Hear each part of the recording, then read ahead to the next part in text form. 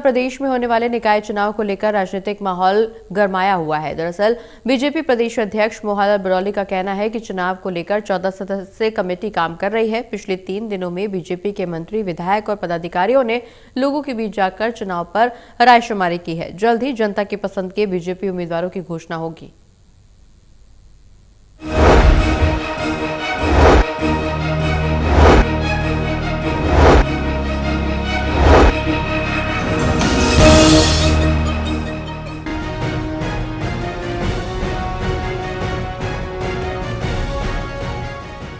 प्रदेश में होने वाले निकाय चुनाव को लेकर राजनीतिक माहौल गर्मा गया है। कांग्रेस ने निकाय चुनाव में बैठकों के दौर और मंथन के बाद सोनीपत से पूर्व विधायक देवराज दीवान और कमल दीवान को मैदान में उतार दिया।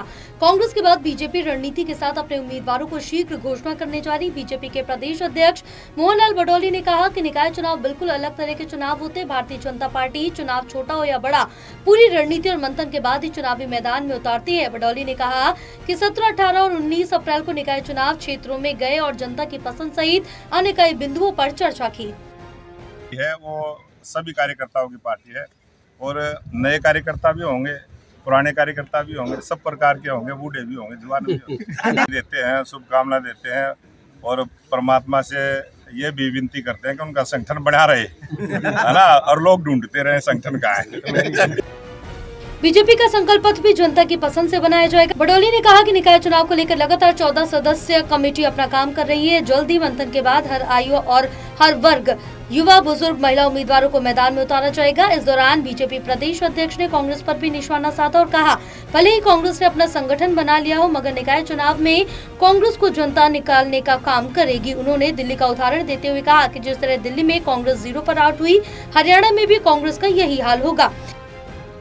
हमारे 7 जगह चुनाव है, कुछ जगह उपचुनाव है।